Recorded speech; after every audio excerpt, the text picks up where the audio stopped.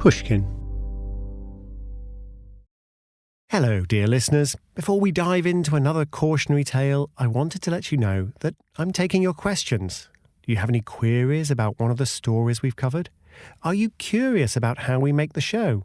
Or is there anything else I can help with? I want to hear from you. So send any questions you might have, however big or small, and I'll do my best to answer them in a special Q&A episode. When you get in touch, it would be helpful if you left us a name or a pseudonym or at least a pronoun, and please bear in mind that if you leave us a voice message, you're giving us permission to play it. You can email me at tales@pushkin.fm. That's TALES@pushkin.fm.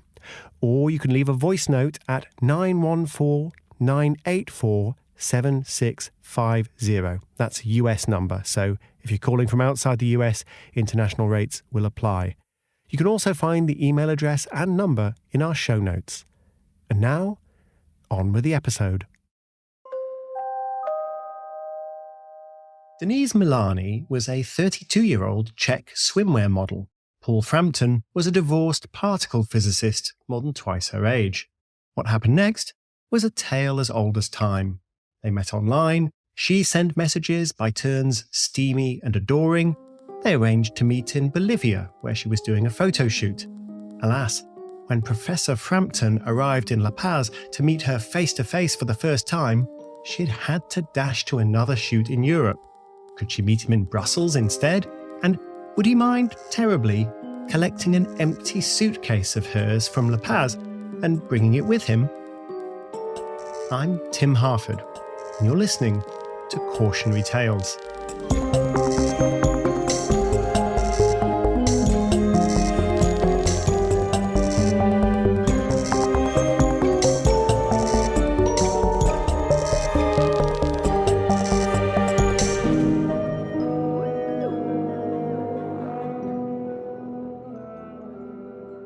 This is another of our cautionary conversations. I'll be discussing a story of disaster, or in this case, a whole class of stories, and I'll attempt to learn some lessons with the help of an expert. And today I am beyond thrilled because I'm joined by Maria Konnikova, one of the most exciting non-fiction writers working today. Maria studied at Harvard and Columbia, has a PhD in psychology, has written for The Atlantic, The New York Times, and The New Yorker, is a New York Times best-selling author. Oh, and by the way, she's also spent some time as a professional poker player. Maria's first book was Mastermind, How to Think Like Sherlock Holmes, and her most recent book is the brain-meltingly brilliant The Biggest Bluff. But today, I think we may linger on her second book, The Confidence Game. Maria, welcome to Cautionary Tales. Thanks so much for having me, Tim. It's always such a pleasure talking to you. Well, the pleasure is all mine. And, well, gosh, Denise Milani and Paul Frampton, we should probably make it clear early on, the real Denise Milani did not, in fact, strike up a relationship with Professor Frampton. No, she did not. And she was shocked when she found out that she was in the middle of all of this and gave some very funny press conferences where she denied all knowledge of Paul Frampton. Because how often when you meet a supermodel online, is it really that supermodel? I guess I've never met anybody even pretending to be a supermodel online, although I have met a few people pretending to be a crown prince of Nigeria. I haven't given people any detail about how this story unfolds, but from what I've said already, it's obvious from the outside what is going to happen. But it wasn't obvious to Paul Frampton, and he was a very smart guy. He was a very smart guy, but he was very smart in a very different way, right? Physicist, tenured professor, has theories and has always been lauded for his brilliance from the time he's a little boy. And everyone clearly tells him how brilliant he is because he has tenure at UNC Chapel Hill. And he is doing well and publishing papers and he's admired and he's divorced. One of the reasons he's divorced is because, as his ex-wife puts it, he's like a child. And I think this is very crucial. He has a very, very high opinion of himself, which is something that we will come back to. Yeah. You will not find a supermodel on a mere mortal's dating site. And if she's 40 years younger than you are and you're not Harrison Ford, then chances are that's probably not who you think it is. Yeah. And yet, when you think so highly of yourself, when you think, oh, I'm this brilliant man, she must be attracted to my mind. And when you lack that common sense, that skepticism, that innate ability that I think a lot of people now have when they are online natives, but when you're over a certain age, you're not an online native. This is something that's relatively new to you. I think a lot of that skepticism stops. You described this story very vividly in The Confidence Game. One of the points you make is that con artists are quite good at making people feel special. Yeah. So Paul Frampton, he's a tenured professor, he's a brilliant man, and he's an unusual character. But we all have that capacity to view ourselves as special in some way. Absolutely. And that is, I think, the brilliant thing that the best con artists do. They figure out why you're special to yourself, right? What is it about you that you think is unique? And they mirror it back to you and then some, because we're the center of our own movie. We're our protagonist, but we also don't see the world objectively. We think we do.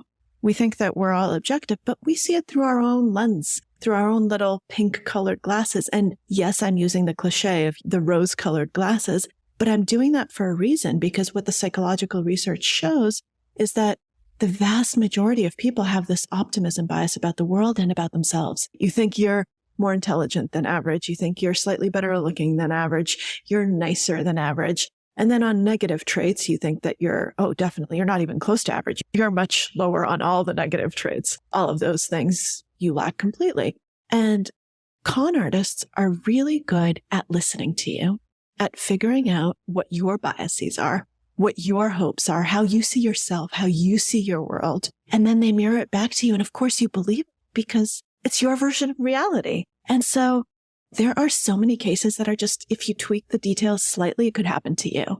And online dating, when people pull at your heartstrings, you don't necessarily stop to think, wait, is this a con? Yeah. You say, I've been looking for love for so long. I'm so glad that here's someone who finally sees the real me, who appreciates the real me, who understands the real me.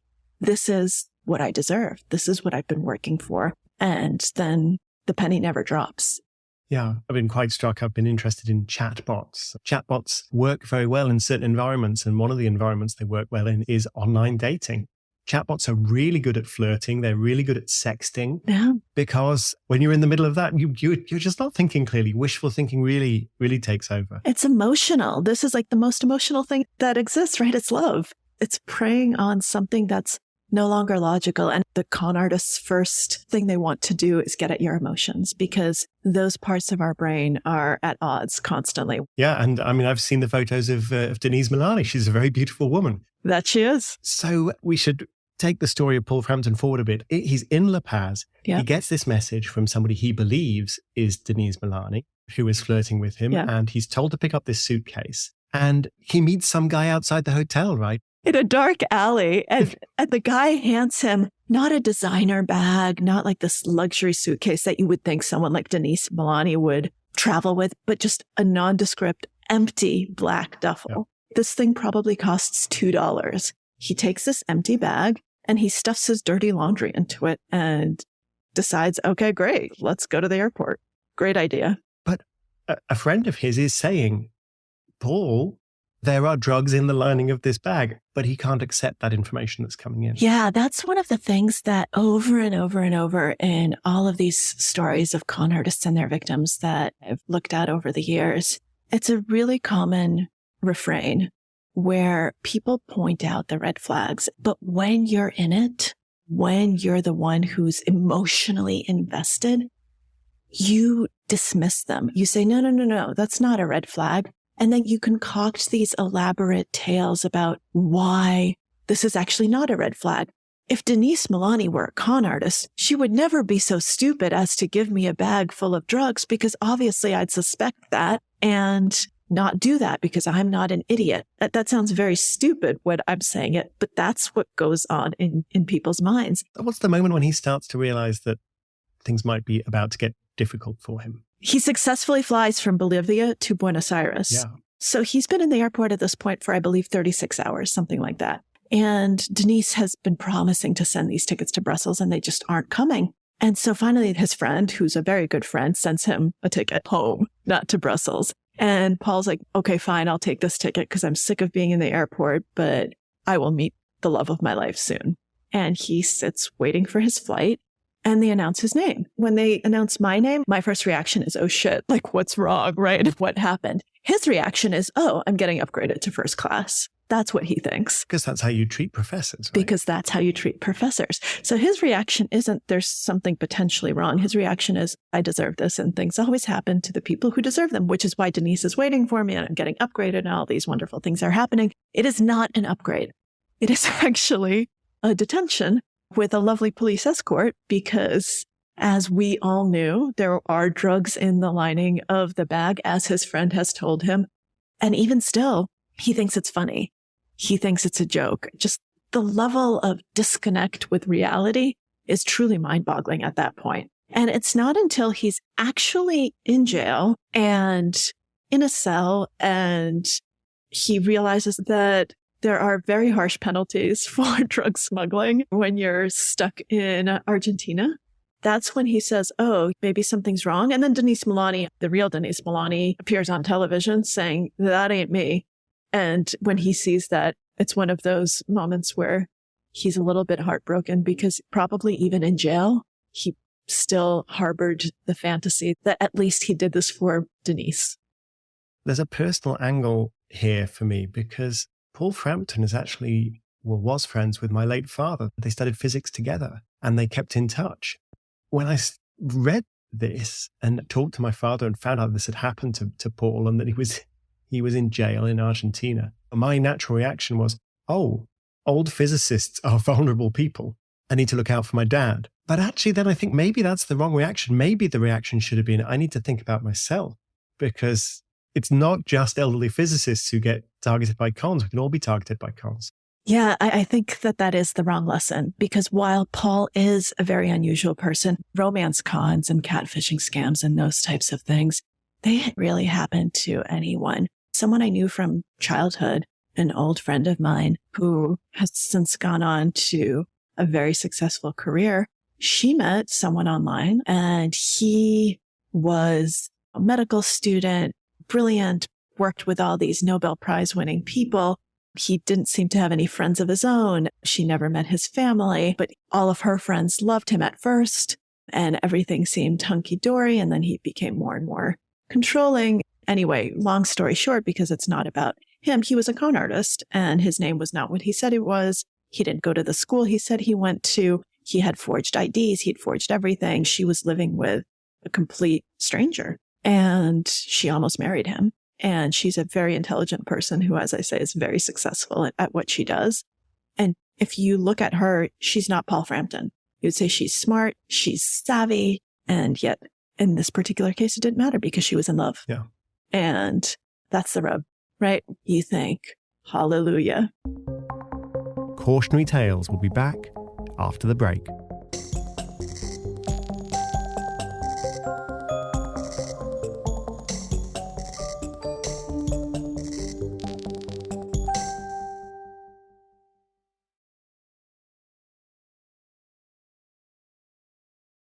You've got to laugh about Paul Frampton, even though it's also very sad. But actually, the more I reread The Confidence Game, the more I thought, these are not funny. These are tragedies. These are heart-rending betrayals. They're very sad stories. I agree.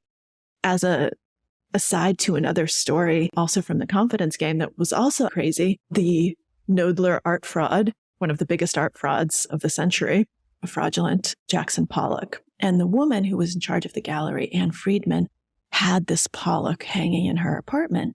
And at some point, someone pointed out that, hey, Pollock's signature is misspelled. And you would think that that's a red flag, right? And she said, no, it means it's authentic even more because this wasn't a misspelling. And she had this whole story about how he must have lifted the brush. Then no forger would be stupid enough to misspell Pollock. So this is clearly a real painting. And the fact that someone could have pointed this out to her and she concocted this whole explanation is just also crazy. But people do this over and over, intelligent people. One of the things that really struck me reading that story is she managed to get herself in so deep over such an extended period of time. Yeah, I mean, here we're talking over a decade. Anne Friedman, she meets a Glafira Rosales who brings a little painting from Mr. X, this anonymous collector. And they establish a relationship that lasts years and years and years. And these paintings are authenticated and they're purchased and they're exhibited. It's just this miracle. And so by the time that everything starts crumbling and crashing and we get a misspelled Pollock, which I still can't quite believe happened, by that time, everyone is in so deep and everyone's reputations are so embroiled in this. It's not that they are incapable of seeing it on a logical level, but on an emotional level, they no longer can. And they truly, truly convince themselves that this is real. And she's ended up selling millions of dollars worth of work that she's received. She believes it's genuine, it's forged, she sells it on. And then as it all starts to unravel, she is this forged work's staunchest defender. It doesn't matter how much evidence, how many people tell her it's forged, she's the champion of this work. She is. And I think that also part of it is that it's become her reputation, right? This is what has established her as a force in the modern art scene. Abstract expressionism is such a hot selling point of 20th century art. And she had unearthed all these treasures. That's what made Anne Friedman. So if you're giving up the story, you're saying my reputation is built on a lie. I wasn't able to see this. I was duped. What does that say about you? Your identity, your self-worth, everything is in there. There's this really amazing moment when everything's fallen apart. And her lawyer phones her and says, Rosales has confessed. Rosales got this Chinese guy to paint all of these paintings. And when Friedman puts the phone down, her first instinct is, no, that's not right. I know the paintings are genuine. And she still can't accept, even when the con artist is saying, yeah, I conned you. I mean, that just shows the power of belief. Most people who are victims of con artists never get that moment of reckoning, never get the con artist has been caught, has confessed. You have the person, you have everything, you have all the evidence, and you know beyond a shadow of a doubt that this is not real. Most people can still cling to that illusion that it was real.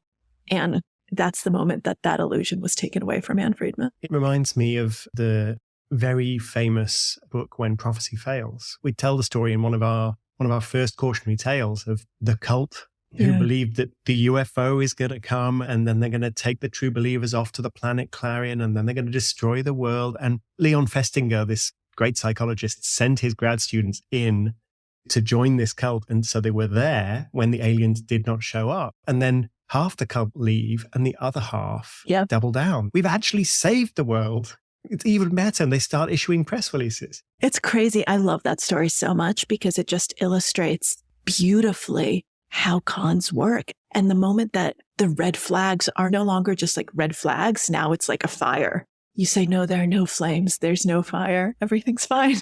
And you double down and you believe even more. One of the things that I was really surprised to find during my research is how often victims of con artists pay the legal fees of the con artists when the con artists go on trial. That just makes me so sad. It's sickening because they say, no, it's a travesty of justice. You know, this person's getting railroaded. It's a government conspiracy. You have no idea how many mental hoops that they jump through to justify it.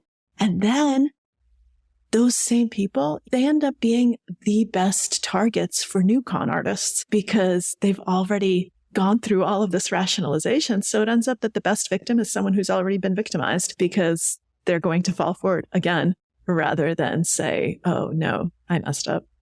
Kind of the anchoring tale of the confidence game, which is the story of the Great Imposter, Ferdinand de Mara, this mythical but real figure who impersonated multiple people over decades. And de Mara, we should say, has done things like he's pretended to be a surgeon. He's actually performed surgery on real live humans.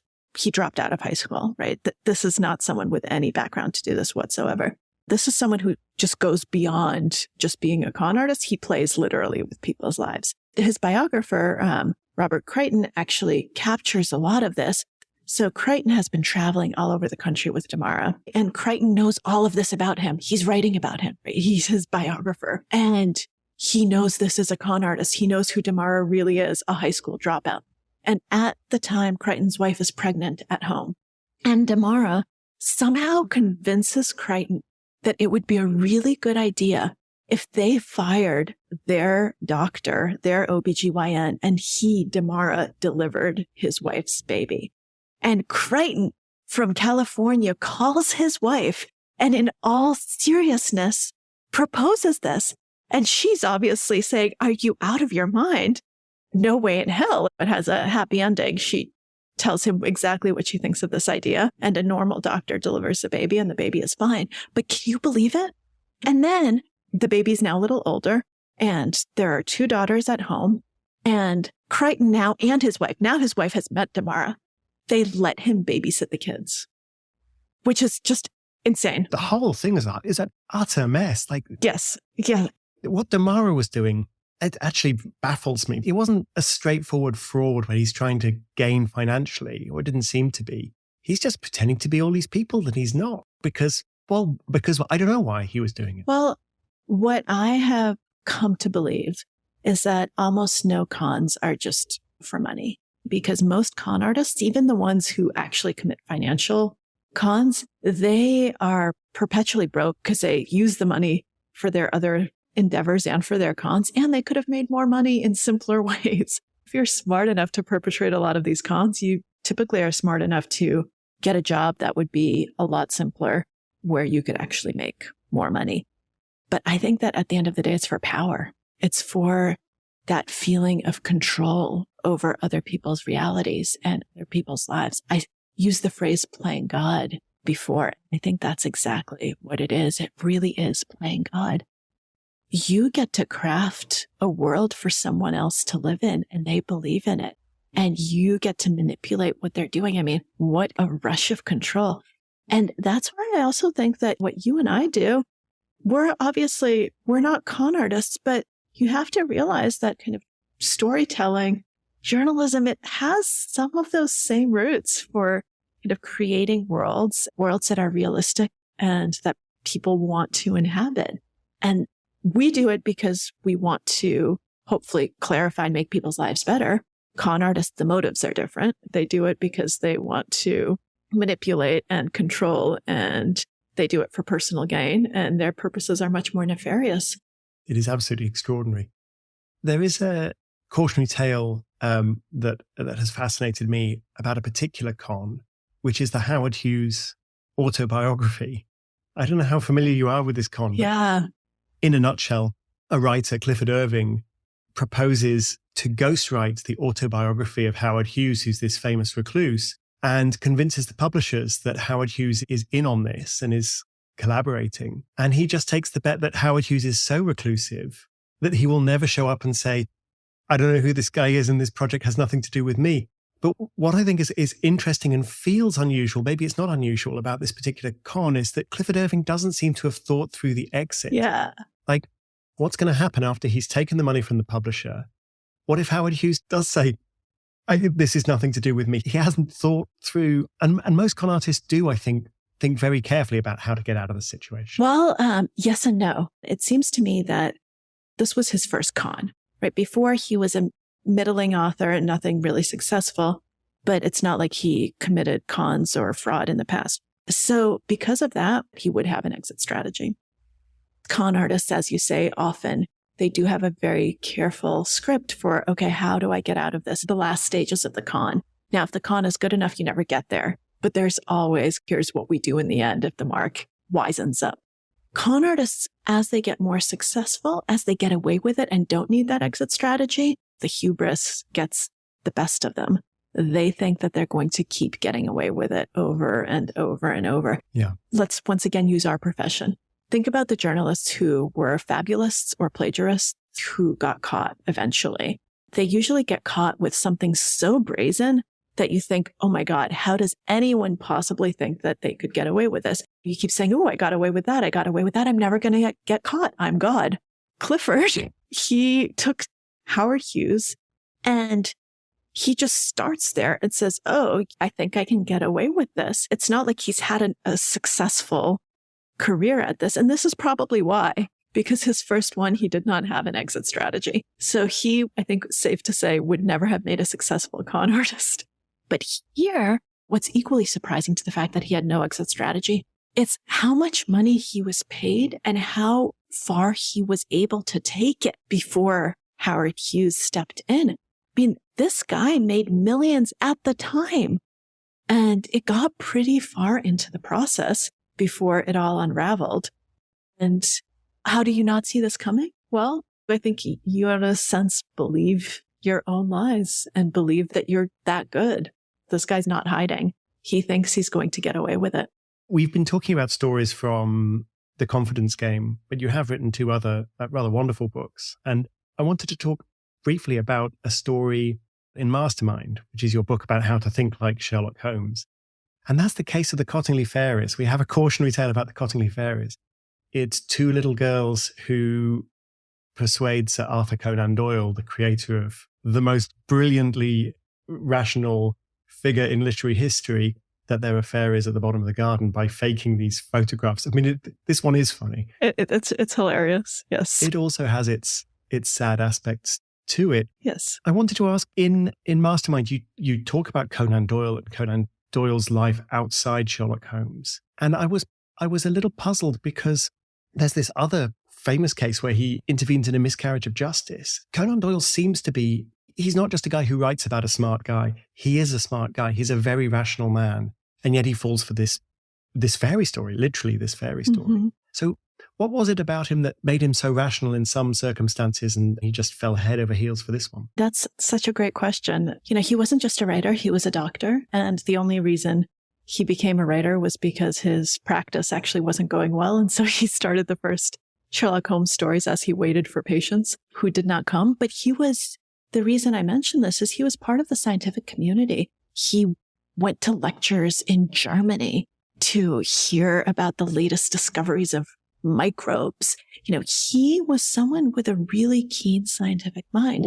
Also, by the way, an expert photographer. Yes. One of his first. Yes. In fact, I think his first work was published in the British Journal of Photography. Yes. He's someone who, throughout most of his life, was just this paragon of rationality. Of course, he saw a miscarriage of justice. He created Sherlock Holmes. And then something seems to happen. We can't just look at it in a vacuum.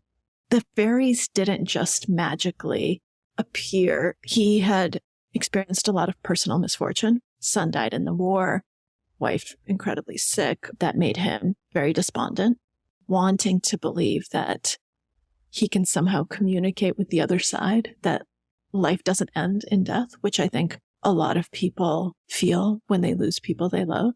And also context of the times. This is a moment in time where spiritualism is actually getting a little bit more credibility in the mainstream. So William James, who we know as the father of modern psychology, happens to head up the Spiritualist Society and wants to run studies and psychological experiments on the other side and these unseen psychic powers and psychic forces, because so many unknown forces are actually being discovered scientifically. Radio waves, X-rays, all these things that we can't see. There's so much invisible in the world that we're now bringing science to bear on. That said, when two girls appear and show this evidence of fairies, even at the time, almost nobody believes them, because if you look at the photographs, they're bad. These are not good fakes. And as we know, what they did was they cut out fairies from a book and then they just pasted them, into these landscapes. It's a very crude forgery. Beyond that, one of the girls is an apprentice at a photography studio. And as you said, Conan Doyle himself was a photographer. And yet I think he just wants to believe. Yeah. What I find really interesting is that even as he's being deceived by the fairies, he is still writing Sherlock Holmes, and Sherlock Holmes doesn't believe in spiritualism. It's just hilarious because I think on some level, Conan Doyle must understand what's going on, but it's subconscious and he's bringing it out in his fictional creation. Oh, he really wanted to believe, and Anne Friedman really wanted to believe that she had found these Rothkos and these Pollocks, and Paul Frampton really wanted to believe there was a supermodel waiting for him in Brussels. Never underestimate our need to believe and our desire to believe and our hopefulness and our eternal optimism that good things happen to us. Yeah. Your most recent book is The Biggest Bluff. It is an absolute classic. It's a wonderful book. Thank you. Everyone needs to read it. I feel like everyone has read it, but if you haven't read it, go and read it. All about your quest to try to become a championship level poker player. Given what we've been talking about, I wanted to ask, what are the similarities or differences between a bluff and a con? The answer to that is the answer to why not all marketers or PR people or politicians or writers are all con artists either. Because it's so easy to say, well, it's all deception. Why isn't everything a con? And that's intention. So a con artist is someone who takes advantage of your confidence, your trust in them for their own personal gain.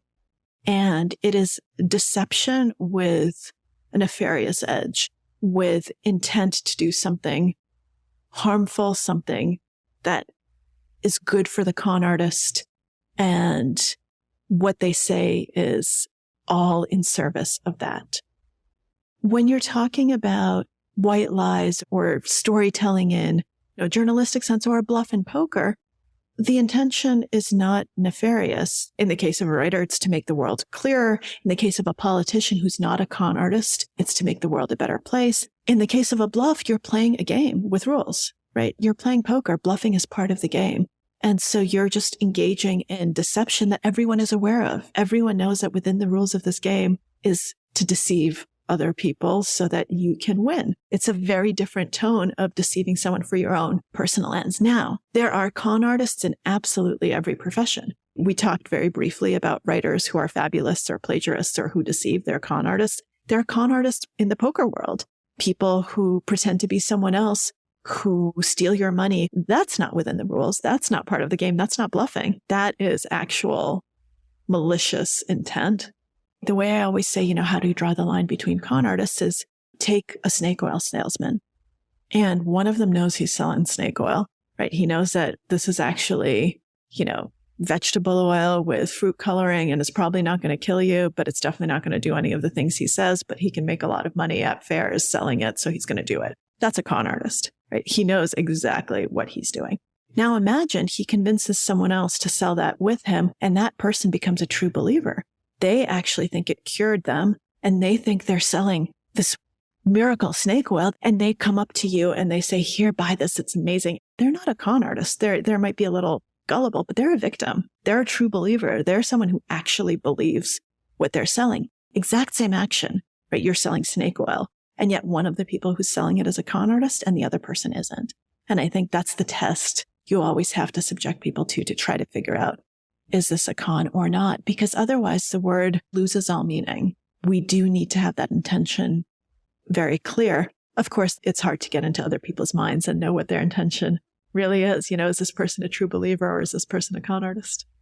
And can you give me any advice as to how not to be conned? Or is it just like the weather? It's just one of these things. Sooner or later, It's going to rain, you're going to get wet. Sooner or later, you'll be conned. Well, I think that has to be your attitude.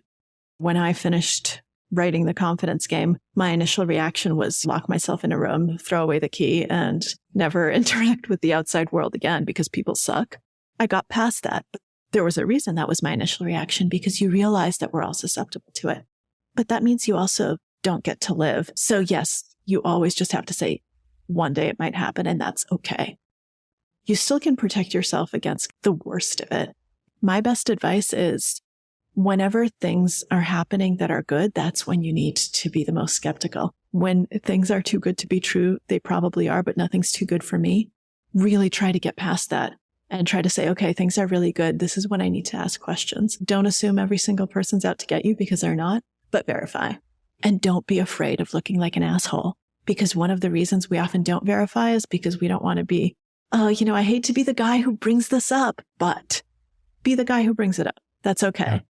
At this stage, I would normally ask my guest to tell me how the story ends. I'd ask you to tell me how the story ends for Paul Frampton. But actually, Maria, if it's okay, I'm going to tell you how the story ends. Yes. Because, as I mentioned, he was friends with my father. And so he went to jail for a few years. He got back to the UK in the end. And I saw him in the spring of 2022. And the good news is he was in great form. He's very happy, very cheerful, very charming. The bad news is it was at my father's funeral. And so perhaps being happy, cheerful, and charming was not exactly how he should have behaved, but maybe it was in character. And the funny thing was, we only spoke briefly, but he told me that he'd had an argument with my father, a gentle argument with my father, over who was the most famous, me, my father's son, or him, Professor Paul Frampton, who'd been profiled in the New York Times for being the victim of one of the most famous scams in history. But there you go. He's flourishing. And I was glad to see it. Of course he is. So glad he's flourishing. Narcissism gets you very far in life. Maria Konnikova, thank you so much. Thank you so much, Tim. This has been an absolute pleasure.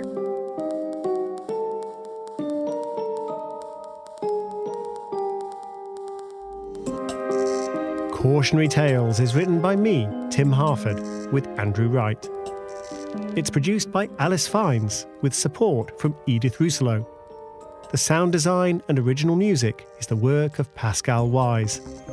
The show wouldn't have been possible without the work of Jacob Weisberg, Ryan Dilley, Julia Barton, Greta Cohn, Lital Millard, John Schnaars, Carly Migliori, Eric Sandler, Maggie Taylor, Nicole Morano, and Morgan Ratner. Cautionary Tales is a production of Pushkin Industries. If you like the show, please remember to share, rate, and review. It helps us for, mysterious reasons. And if you want to hear the show ad-free, sign up for Pushkin Plus on the show page in Apple Podcasts or at pushkin.fm/plus.